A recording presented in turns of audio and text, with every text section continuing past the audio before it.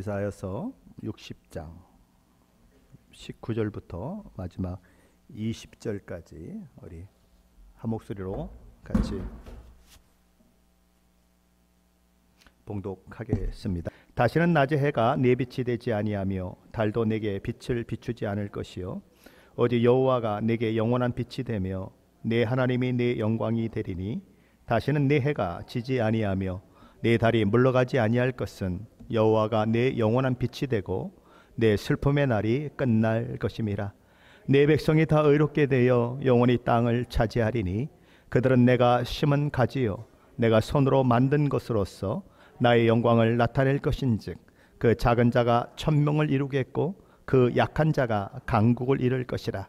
때가 되면 나 여호와가 속히 이루리라. 아멘. 하나님을 버리고 이방신과 이방 우상을 섬기며 하나님의 공의와 정의, 하나님의 사랑과 은혜를 삶 속에 살아내지 못하고 타락해 버린 이스라엘이 바벨론에 의해 멸망하고 바벨론의 포로가 되어 끌려가거나 바벨론의 식민지 시민으로 사는 삶은 오늘날 죄로 말미암아 사탄의 종이 되어 살아가는 인생의 모습을 아주 잘 보여주고 있습니다. 우리 주님은 요한복음 8장 34절 하반절에서 죄를 범하는 자마다 죄의 종이라고 말씀하셨습니다. 그렇다면 죄의 종이 된 결과는 무엇일까요? 사도 바울은 로마서 8장 16절에서 이렇게 말씀해 주고 있습니다. 너희 자손을 종으로 내주어 누구에게 순종하든지 그 순종함을 받는 자의 종이 되는 줄을 너희가 알지 못하느냐. 혹은 죄의 종으로 사망에 이르고 혹은 순종의 종으로 의에 이르느니라. 죄의 종이 되면 어디에 이른다고 얘기합니까? 사망에 이른다라고 얘기합니다. 우리는 본래 죄의 종이었습니다. 그러나 우리에게 우리 주 예수 그리스도를 아는 빛이 임함으로써 우리는 예수 믿고 죄에서 해방된 자들이요 세상에서 불러낸 사람들, 에클레시아, 하나님의 교회가 되었습니다. 그것이 저와 여러분이 받은 복인 것입니다. 그렇다면 어떤 교회가 하나님이 원하시는 교회일까요? 하나님께서 저와 여러분이 어떤 교회가 되기를 원하실까요? 히브리서 저자는 4장에서 오랜 세월이 지나도 단단한 음식을 먹을 수 없고 그저 이유식이나 혹은 젖을 먹어야 하는 위치에 처해진 사람들에 대해서 이렇게 경고를 했습니다. 히브리서 4장 12절 13절 말씀인데 제가 현대의 성경을 한번 읽어보겠습니다.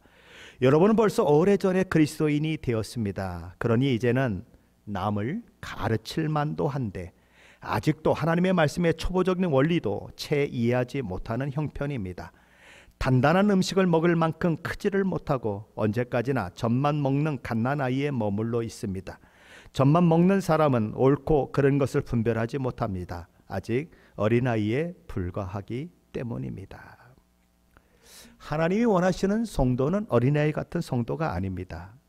수십 년이 지나도 여전히 남의 도움이 필요하고 그리고 남의 도움이 있어야만 설 수 있는 그런 성도는 하나님이 기뻐하는 그런 성도가 아닌 것입니다. 그러므로 우리는 장성한 신앙인이 되어야 하는 것입니다.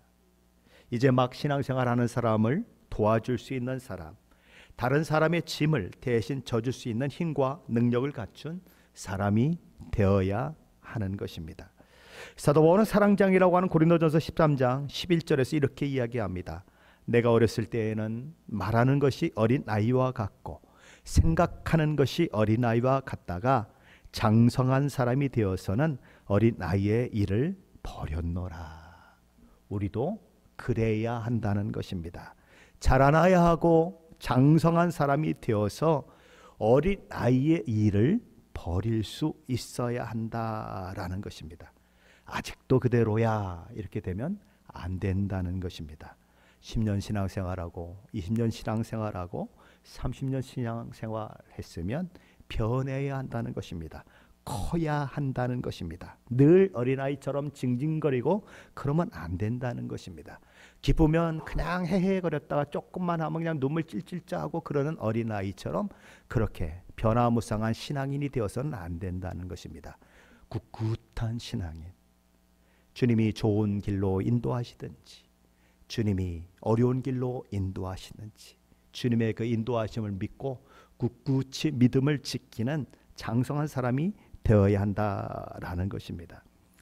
이사야서 60장 10절부터 저희들이 살펴보게 될 건데, 그 10절부터 11절 말씀에 보면 예수 믿기 전에 우리의 모습, 그리고 예수 믿은 후에 우리의 변화, 그리고 그에 따른 주변 사람들의 변화에 대해서 잘 표현해 주고 있습니다. 물론 예루살렘 성이라고 하는 것을 통하여서 우리에게 말씀하고 있지만, 그것을 교회라고 생각하고 교회에 대한 저와 여러분이라고 생각하고 보시면 말씀에 큰 은혜가 될 것으로 생각이 됩니다. 한번 10절 11절 말씀 한번 같이 읽어보겠습니다. 내가 노하여 너를 쳤으나 이제는 나의 은혜로 너를 불쌍히 여겼은즉 이방인들이 내 성벽을 쌓을 것이요 그들의 왕들이 너를 섬길 것이며 내 성문이 항상 열려 주야로 닫히지 아니하리니 이는 사람들이 내게로 이방 나라들의 재물을 가져오며 그들의 왕들을 포로로 이끌어 옴이라. 이 말씀은 하나님이 택하신 백성 예루살렘에 대한 회복의 말씀입니다. 그리고 더 나아가서 신약의 교회에 대한 예언의 말씀이기도 합니다. 그들은 어떤 사람이었습니까? 하나님은 이렇게 말씀하십니다. 내가 노하여 너를 쳤으나 어땠다는 것입니까? 전에는 그들이 어떤 모습이었다는 것입니까? 하나님의 진노 가운데 있었다라는 것입니다. 전에 그들은 하나님의 진노 가운데 영원한 멸망에 처해질 그런 위치에 있었다는 것입니다. 그러나 이제는 어떻게 되었다고요? 이제는 나의 은혜로 너를 불쌍히 여겼은즉 이렇게 나오는 것입니다. 예루살렘이 버림받았다가 하나님의 불쌍히 여기심을 받아서 회복이 된 것처럼 교회된 저와 여러분도 과거엔 어땠습니까? 하나님의 구원에 참여하지 못한 자들이요, 죄로 말미암아 멸망이 예고된 자들이었지만 하나님의 불쌍히 여기심을 통하여서 하나님의 자녀가 되는 영광을 누리는 자가 된 것입니다. 그렇다면 하나님은 왜 우리를 구원하셨을까요? 왜 우리를 죄사함 받게 하고 의롭게 되게 만들고 하나님 나라의 영생을 누리는 그 일들을 우리에게 허락하셨을까요? 다만 천국에 가게 하려고 그러셨을까요? 하나님, 우리 주님이 이 땅에 오셔서 하나님 나라의 복음을 전할 때에 너희가 나를 믿으면 천국에 간다고 얘기한 적이 없으십니다. 한번 찾아보세요. 너희가 나를 믿으면 천국에 간다고 얘기한 적이 없어요. 그렇죠? 회개하라. 하나님 나라가 가까웠다. 천국이 가까웠다라고 하는 이야기를 하셨지만 너희가 믿으면 천국에 간다고 얘기한 적이 없으세요. 그 얘기는 저와 여러분이 예수 믿으면 천국 못 간다는 그런 의미가 아니라 우리 주님이 구원하신 목적의 그 주된 이유는 다만 천국 보내는 데 있지 않다는 것입니다. 하나님 나라를 위해서 저와 여러분이 살게 하는데 목적이 있다는 것입니다. 우리를 통해 수많은 열방과 나라들이 주를 알게 되고 주를 섬기게 되는 그 일이 우리를 통하여 일어나는 것, 그것이 성경이 우리에게 이야기하는 구원받은 저와 여러분의 사명인 것입니다.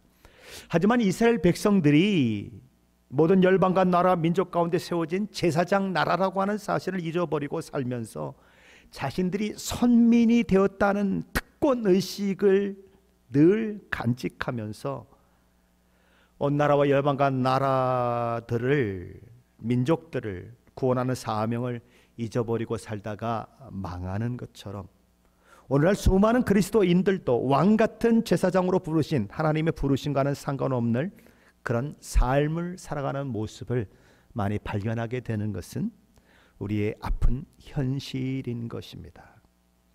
우리가 너무나 잘 알고 있는 베드로전서 2장 9절 말씀은 이렇게 우리가 누구이며 우리가 어떤 사명이 있는 자들인지에 대해서 자세히 알려주고 있는데, 베드로전서 2장 9절 말씀입니다. 그러나 너희는 택하신 족속이요 왕같은 제사장들이요 거룩한 나라요 그의 소유가 된 백성이니 이는 너희를 어두운 데서 불러내어 그의 기이한 빛에 들어가게 하신 이의 아름다운 덕을 선포하게 하심이라. 이렇게 얘기합니다. 우리가 누구냐? 첫째로 우리는 택하신 족속이다라고 얘기합니다. 하나님이 다음이 없는 은혜로 특별히 선택하여 부르신 그런 하나님의 자녀의 하나님의 가족이다라고 얘기하는 것입니다. 둘째로 우리는 뭐라고 얘기합니까? 왕 같은 제사장들이라고 얘기합니다. 왕이 뭡니까? 다스리는 위치에 있는 사람들입니다. 세상을 다스리고 정복할 권한을 가진 사람들, 누구냐? 바로 우리라는 것입니다. 또한 세상에 대해서 제사장적 사명을 감당해야 하는 자들이 누구냐? 바로 교회된 저와 여러분이다라고 얘기하는 것입니다. 왕같이 존귀한 자요, 세상을 다스릴 권세를 가진 자요, 세상 모든 사람들을 하나님께로 이끌며 그들이 죄사함 받고 구원에 이르도록 해야 할 책임이 있는 제사장이 저와 여러분이다, 이렇게 얘기합니다. 실제로 우리를 가리켜서 거룩한 나라다, 이렇게 얘기합니다. 우리는 세상으로부터 부름받은 하나님을 섬기기 위해 선택된 거룩한 나라인 것입니다. 세상과 구별된 자, 하나님께 속해 있고 하나님을 위해 사는 존재가 누구인가? 저와 여러분이다 라고 이야기하는 것입니다. 그렇다면 넷째로 하나님께서 우리를 택하신 족속으로 왕같은 제사장으로 거룩한 나라로 삼으신 이유는 어디에 있느냐 하는 것입니다. 이는 왜냐하면 너희를 어두운 데서 불러내어 그의 기이한 빛에 들어가게 하신 이의 아름다운 덕을 선포하게 하려 하심이라, 이렇게 되어 있습니다. 우리는 어둠 가운데 있었습니다. 그러나 하나님의 특별히 비춰주시는 은혜로 빛인 예수 그리스도로 말미암아 그야말로 기이한 빛에 들어가 그리스도의 생명을 누리는 자들이 되었습니다. 부활과 영생을 누리는 자들이 되었습니다. 바로 우리에게 행하신 그 아름다운 하나님의 일하심을 전하고 가르치고 전파하는 사명이, 그런 놀라운 구원을 경험한 저와 여러분에게 있다라는 것입니다. 그것을 저와 여러분은 늘 기억해야 한다라는 것입니다. 이사야 60장 10절은 무엇이라고 말씀합니까? 하나님께서 이 예루살렘을 회복시킴으로 인해서 이방인들이 그들의 성벽을 쌓고 이방 왕들이 그들을 섬기게 될 것이다 라고 말씀합니다. 이 말씀은 1차적으로 이스라엘을 포로로부터 귀환하게 만든 고레스, 그리고 이스라엘의 성전 회복을 도운 다리우스, 아닥사스다 왕 같은 그런 왕들의 이야기를 하는 것입니다. 하지만 궁극적으로 이 말씀은 이방인을 불러 모으는 일을 통해서 하나님의 나라가 건설될 것을 말씀하고 있는 것입니다. 이스라엘의 성벽을 파괴했던 이방인들이 성벽을 쌓고 자신에게 굴복하고 자신을 섬기라고 호려했던 이방의 왕들이 이스라엘을 섬기는 역전이 일어나게 되는 것은 무엇 때문입니까? 하나님께서 예루살렘을 회복시켰기 때문이다라는 것입니다. 하나님께서 복을 주심으로 다시 회복된 예루살렘 성문은 어떻게 되는가? 결코 닫히지 않을 것이다 라고 얘기합니다. 그러니까 예루살렘 성문은 낮에도 열리고 밤에도 열려 있을 것이다 라고 얘기하는 거예요. 왜 그렇게 됩니까?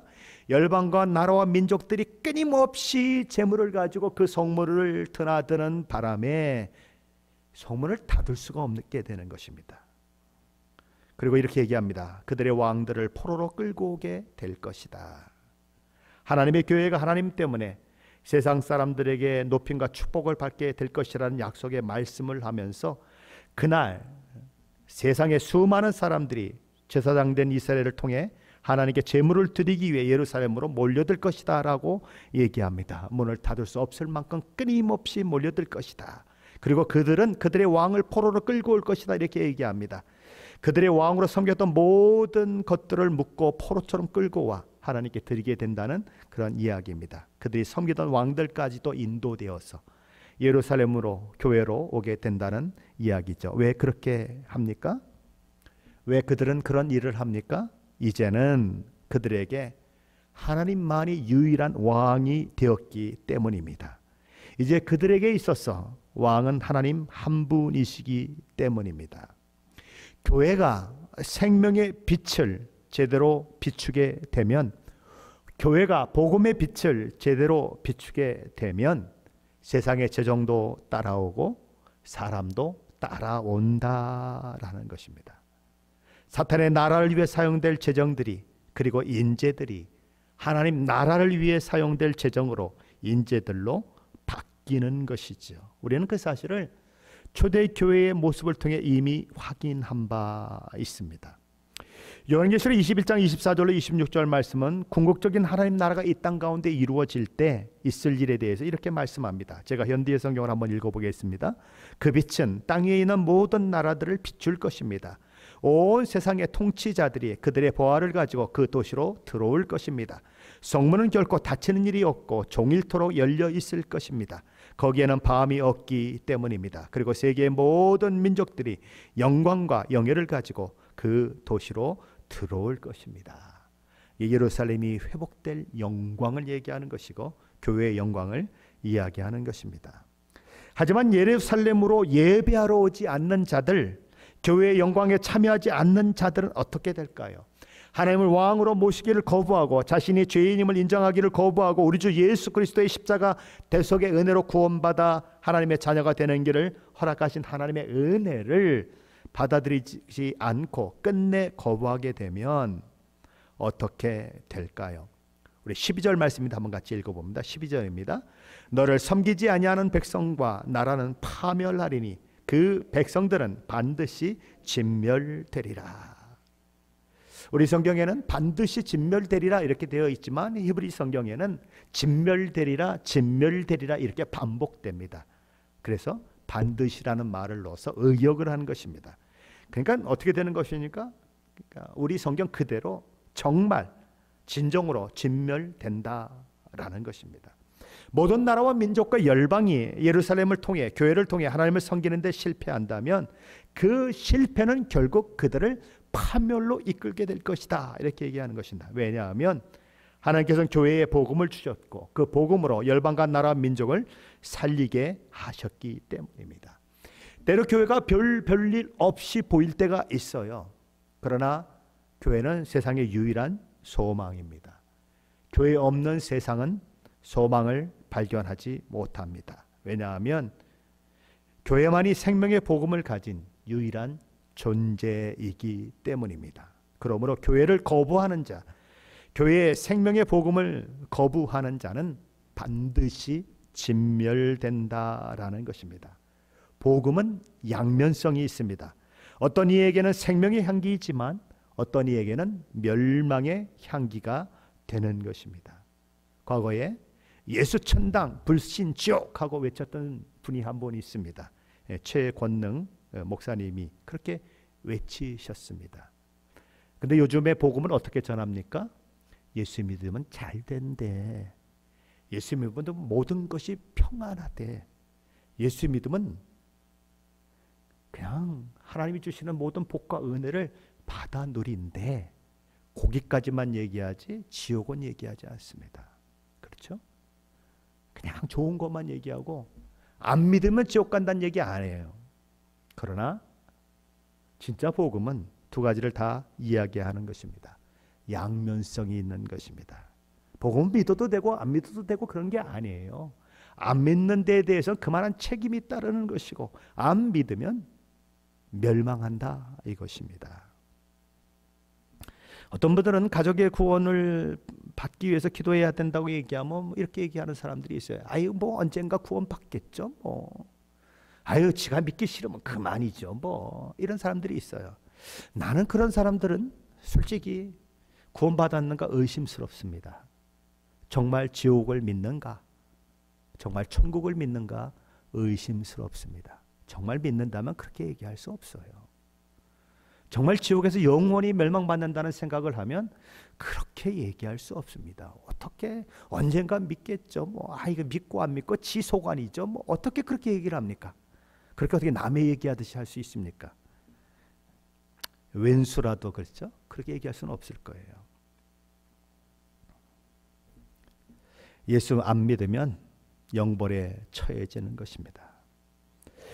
그렇다면 이방인들이 이렇게 재물을 가지고 오고 그들의 왕들을 포로로 잡아오는 일들이 일어남으로써 시온이 받을 복, 예루살렘으로 예표되는 교회가 받을 복은 어떤 것일까요? 13절 말씀은 이렇게 말씀합니다.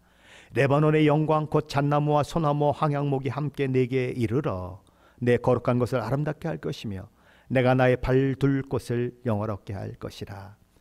과거에 솔로몬이 성전을 지을 때 두로왕 히람이 성전 건축에 필요한 모든 나무 재료를 공급함으로써 솔로몬 성전이 아주 웅장하고 아름답게 건축된 것처럼, 하나님의 발등상인 성전이 영원롭게 된 것처럼, 이방인들이 교회로 들어옴으로써 재물과 또 많은 것들을 가지고 들어옴으로써 거룩한 교회는 정말 아름다워질 것이고 하나님의 교회는 영원롭게 될 것이다, 이렇게 이야기하는 것입니다. 그때가 되면 교회의 영광이 드러날 것이고 교회가 영원롭게 되는 것을 보게 된다는 것입니다.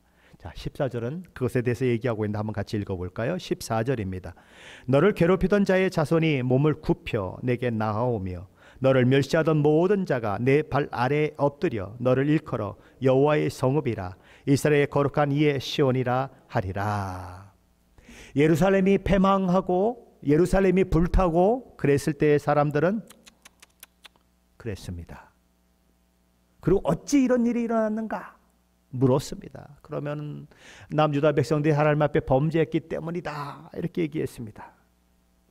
그리고 이스라엘의 그 패망은 하나님의 패망인 것처럼, 신이신 하나님이 다른 나라의 신에게 진 것처럼 그렇게 얘기를 하며 조롱하고 또 그렇게 비아냥거리고 그랬습니다. 그런데 지금 반전이 일어난다는 것입니다. 다시 말해서 교회를 핍박하고 조롱하고 괴롭히던 자들이 어떻게 되는가? 몸을 굽혀 머리를 조아리는 일들이 일어나게 된다라는 것입니다. 교회를 멸시하는 자들이 꿇어 엎드려 경배하는 일들이 있을 것이다 라는 것입니다.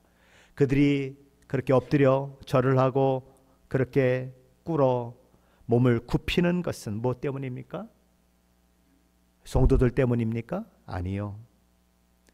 그들이 섬기는 하나님 때문입니다. 시온 가운데 교회 가운데 역사하시는 하나님을 향해 그들은 경배하게 된다는 것입니다. 교회를 통해 하나님을 알게 된 자들, 교회를 통해 예수 그리스도의 복음을 접하고 구원받은 백성들은 그제야 자신들이 핍박하고 고통을 주었던 교회가 얼마나 복된 곳이며 아름다운 곳이며 영원한 곳인지를 알게 되고 그곳에 임재해 계신 하나님께 참 마음으로 찬양과 그리고 경배를 드리게 된다라는 것입니다. 누구처럼요? 사도 바울이 되기 전 사울처럼 그렇게 위대한 복음을 발견하고는 그렇게 변화되는, 그리고 반전을 이루는 일들이 있게 된다라는 것입니다. 자, 이런 하나님의 구원의 역사로 인해 시온이 누릴 영광, 더 나아가 교회에 누릴 영광은 또 어떤 것이 있을까요? 우리 15절로 17절 말씀인데 한번 같이 읽어봅니다. 15절로 17절입니다. 전에는 내가 버림을 당하여 미움을 당하였으므로 내게로 가는 자가 없었으나 이제는 내가 너를 영원한 아름다움과 대대의 기쁨이 되게 하리니 내가 나라들의 젖을 빨며 뭇 왕의 유방을 빨고 나 여호와는 내 구원자 내 구속자 야곱의 전능자인 줄을 알리라. 내가 금을 가지고 노를 대신하며 은을 가지고 철을 대신하며 노수로 나무를 대신하며 철로 돌을 대신하며 화평을 세워 간원을 삼으며 공의를 세워 감독을 삼으리니 다시는 강포한 일이 내 땅에 들리지 않을 것이요 황폐와 파멸이 내 국경 안에 다시 없을 것이며 내가 내 성벽을 구원이라 내 성문을 찬송이라 부를 것이라. 교회가 교회됨을 잃어버리고 세상과 타협하고 세상 가치를 따라 살아감으로 인해서 하나님의 징계 가운데 있을 때에는 아무도 교회를 거들떠보지 않았다는 것입니다. 예루살렘이 파괴되고 황폐하게 됐을 때 그 곁을 지나가는 자가 없었다라고 얘기하는 것입니다. 왜 그렇습니까? 그들이 하나님께 버림을 당하고 하나님께 미움을 받았기 때문입니다. 그러므로 교회가 교회됨을 잃어버린 그런 일이 일어나면 교회는 찾는 자가 없게 된다라는 것입니다. 왜 전도가 어렵습니까? 교회가 교회됨을 잃어버릴 때 전도가 어려운 것입니다. 그런데 하나님께서 하나님의 교회를 다시 세우시고 영원한 아름다움을 갖게 하시자, 다시 말해서 영원히 영광되게 하고 존귀하게 하시자, 그리고 대대의 기쁨이 되게 하시자, 다시 말해 오고 오는 세대의 기쁨이 되게 하시자 열방이 교회로 주께로 돌아오는 일들이 일어난다라는 것입니다. 전적으로 부패한 자가 전적인 은혜로 구원받고 하나님의 자녀가 되어 그렇게 교회가 되고 빛을 발할 때 그런 놀라운 은혜가 부어진다라는 것입니다. 그런 교회가 누리는 또 하나의 복은 이방 나라들의 젖을 빨며 뭇 왕의 젖을 빠는 복을 누리는 것입니다. 나라가 젖이 있을까요? 남자 왕이 젖이 있을까요? 없습니다. 그럼 무슨 얘기예요? 가나안 땅을 젖과 꿀이 흐르는 땅이라고 얘기하는 것처럼 이 말은 문자적으로 젖을 빤다는 말이 아니라 이방 나라와 왕들로부터 최고로 풍요로운 것들을 받게 된다는 상징적인 표현인 것입니다. 예루살렘이, 교회가 그 복을 누릴 것이고, 이 모든 일들을 통해서 전능하신 하나님이 그들의 구원자, 구속자임을 알게 된다는 것입니다. 이런 복이 부어지자 예루살렘은, 교회는 어떻게 됩니까? 금으로 놋을 대신하는 일들이 일어나고, 은으로 철을 대신하는 일들이 일어나고, 놋으로 나무를 대신하는 일들이 일어나고, 철로 돌을 대신하는 일들이 일어난다라는 것입니다. 완전히, 그렇죠? 이렇게 그냥 이노베이션 되는 그런 일들이 일어난다는 것이죠. 하나님께서 교회를 영화롭게 하시고, 하나님께 교회를 견고하게 하시고, 하나님께서 교회를 가장 좋은 것으로 채우시게 된다는 것입니다. 어떤 교회가 하나님의 빛이 임함으로 그 빛을 일어나 바라는 교회가 되면 바로 그런 복이 그 교회에 허락된다는 것입니다. 그리고 그 교회에 허락되는 것이 또 무엇입니까? 화평을 세워 관원을 삼고 공의를 세워 감독으로 삼는 그런 일들이 일어난다라는 것입니다. 예. 화평이라고 하는 것이 사람이 아닌데 어떻게 관원이 되겠습니까? 공의가 어떻게 사람이 아닌데 감독이 되겠습니까? 화평이 그들 가운데 있고 공의가 그들 가운데 있게 된다라는 것입니다. 복음을 전하는 교회, 하나님의 빛을 발하는 교회에 성령 하나님께서 끊임없이 공급하시는 은혜가 있을 것이고, 화평과 의를 행하는 삶이 넘치게 될 것이다. 그렇게 됨으로써 무엇이 없어지고 무엇이 세워집니까? 18절 말씀은 이렇게 얘기합니다. 강포한 일이 없을 것이다. 다시 말해서 폭력이 없어진다는 것입니다. 하나님께서 모든 것을 채워주심으로 인해서 움켜쥐고 싸우는 일이 없게 될 것이다. 또 무엇이 없게 됩니까? 황폐와 파멸이 없게 될 것이다. 더 이상 예루살렘 성전이 파멸되고 황폐하게 되는 일들이 없는 것처럼 교회도 그런 일들을 겪게 될 것이다. 그리고 그들이 고백하게 되는 것이 무엇입니까? 나의 성벽은 구원이다, 나의 성문은 찬송이다 라고 부르게 될 것이다 라는 것입니다. 하나님이 자신 안에 행하신 일들을 보고 그들이 깨닫게 되는 것입니다. 교회가 구원의 도구로 사용되고 교회가 하나님의 찬양의 문으로 사용되는 것을 보게 된다라는 것입니다. 그 다음에 하나님의 영광이 임한 교회가 누리는 또 다른 복은 또 무엇일까요? 우리 19절로 21절 다시 한번 함께 읽어봅니다. 19절로 21절입니다. 다시는 낮의 해가 내 빛이 되지 아니하며 달도 내게 빛을 비추지 않을 것이요 오직 여호와가 내게 영원한 빛이 되며 내 하나님이 내 영광이 되리니 다시는 내 해가 지지 아니하며 내 달이 물러가지 아니할 것은 여호와가 내 영원한 빛이 되고 내 슬픔의 날이 끝날 것임이라. 내 백성이 다 의롭게 되어 영원히 땅을 차지하리니 그들은 내가 심은 가지요 내가 손으로 만든 것으로서 나의 영광을 나타낼 것인즉. 17절은 이렇게 얘기합니다. 해의 비침도 필요 없고 달의 빛도 필요 없다라고 얘기합니다. 왜 필요 없습니까? 요 하나님이 예루살렘의 교회의 영원한 빛이 되시기 때문입니다. 요한계시록 21장 23절에 이렇게 말씀합니다. 그 성은 해나 달의 비침이 쓸데없으니 이는 하나님의 영광이 비치고 어린 양이 그 등불이 되심이라. 창조주 하나님이 빛으로 그들에게 영원토록 임하시는 마당에 하나님께서 창조하신 해와 달이 무슨 소용이 있겠느냐 그것이죠. 그렇잖아요. 빛이신 하나님이 임재하실 때 해와 그리고 그 해를 반사하는 달의 빛이 무슨 소용이 있겠느냐. 오직 하나님이 영원히 그들에게 비치는 영원한 빛이 되실 것이고 그 결과 모든 슬픔의 날은 종지부를 찍게 될 것이다 이렇게 얘기하는 것입니다. 요한계시록 21장 3절 4절이 이렇게 말씀하고 있습니다. 보라 하나님의 장막이 사람들과 함께 있음에 하나님이 그들과 함께 계셨어. 그들은 하나님의 백성이 되고 하나님은 친히 그들과 함께 있게 됐는데 모든 눈물을 그 눈에서 닦아주시니 다시는 사망이 없고 애통하는 것이나 곡하는 것이나 아픈 것이 다시 있지 아니하리니 처음 것이 지나갔음이로라. 이 이사야서 60장 19절 20절 말씀은 다만 최종적이고 궁극적인 하나님 나라가 임할 때만을 가리키는 표현이 아닙니다. 메시아 되신 우리 주 예수 그리스도가 오심으로 이 하나님의 나라는 이미 시작된 것이죠. 그때에 예루살렘의 성에 속한, 교회에 속한 하나님의 백성들은 의롭게 될 것입니다. 그들은 땅을 차지하게 될 것이고, 하나님이 심은 가지로 하나님이 손으로 만든 작품으로 세워질 것이고, 하나님의 영광을 나타내는 자로 세워질 것이라고 그렇게 이야기하는 것입니다. 자, 22절은 또 뭐라고 얘기하는가 한번 보십시다. 22절입니다. 그 작은 자가 천명을 이루겠고 그 약한 자가 강국을 이룰 것이라. 때가 되면 나 여호와가 속히 이루리라. 메시지 성경은 이렇게 번역을 했습니다. 꼬마 부족이 거인 부족이 될 것이며 약골들이 모여 강력한 민족을 이룰 것이다. 나는 하나님이다. 때가 되면 내가 그렇게 만들 것이다. 예루살렘 성 안에 있는 사람들을 그렇게 만든다는 것입니다. 교회 안에 있는 사람들을 그렇게 만들어 준다라는 것입니다. 고린도전서 1장 26절 28절에 보면 고린도 교회 성도들의 구성원에 대해서 사도 바울이 이렇게 기록을 하고 있습니다. 형제들아, 너희의 부르심을 보라. 육체를 따라 지혜로운 자가 많지 아니하며 능한 자가 많지 아니하며 문벌 좋은 자가 많지 아니하도다. 그러나 하나님께서 세상에 미련한 것들을 택하사 지혜 있는 자들을 부끄럽게 하려 하시고, 세상에 약한 것들을 택하사 강한 것들을 부끄럽게 하려 하시며, 하나님께서 세상에 천한 것들과 멸시받는 것들과 없는 것들을 택하사 있는 것들을 폐하려 하시나니. 바로 그런 일들이 일어난다는 거예요.